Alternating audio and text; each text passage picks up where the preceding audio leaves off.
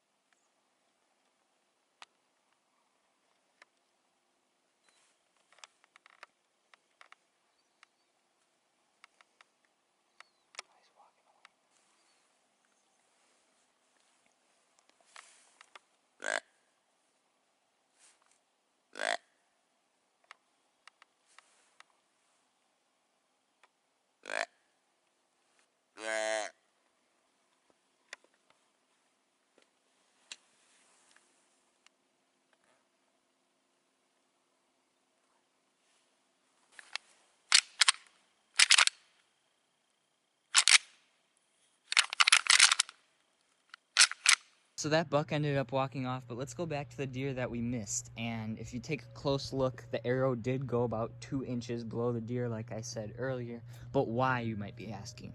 We took the bow back to the cabin and we shot it, and we noticed that it was shooting about 2 inches low, which explains part of the question, but it's just 2 inches to the bottom of the deer's stomach, so why did it shoot so low? Well, we actually used the rangefinder after the shot to see how far away my dad's deer was when he shot, and it was actually about 25 yards. And since he was using the top pin and aiming for the heart, it dropped more than he thought it would, and that's enough to put the arrow at about the bottom of the deer's stomach. But plus, since the bow is shooting low, it went below it. So that kind of explains what happened on the shot. And what happened with the shot here reminds me a lot of what happened with my deer last year. 5 days after the miss, the deer came back out for my dad at the same spot, and this time it was different.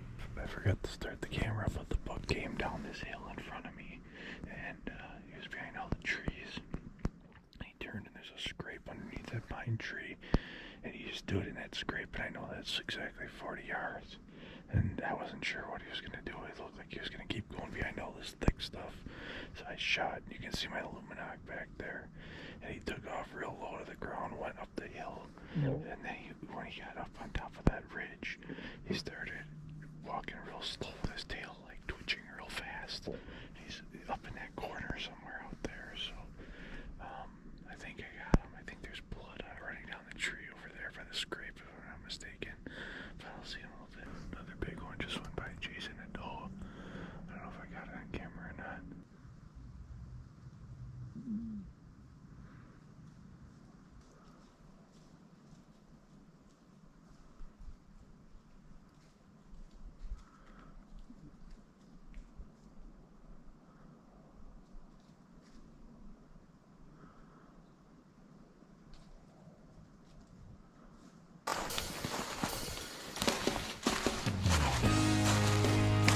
Right here, I'm here.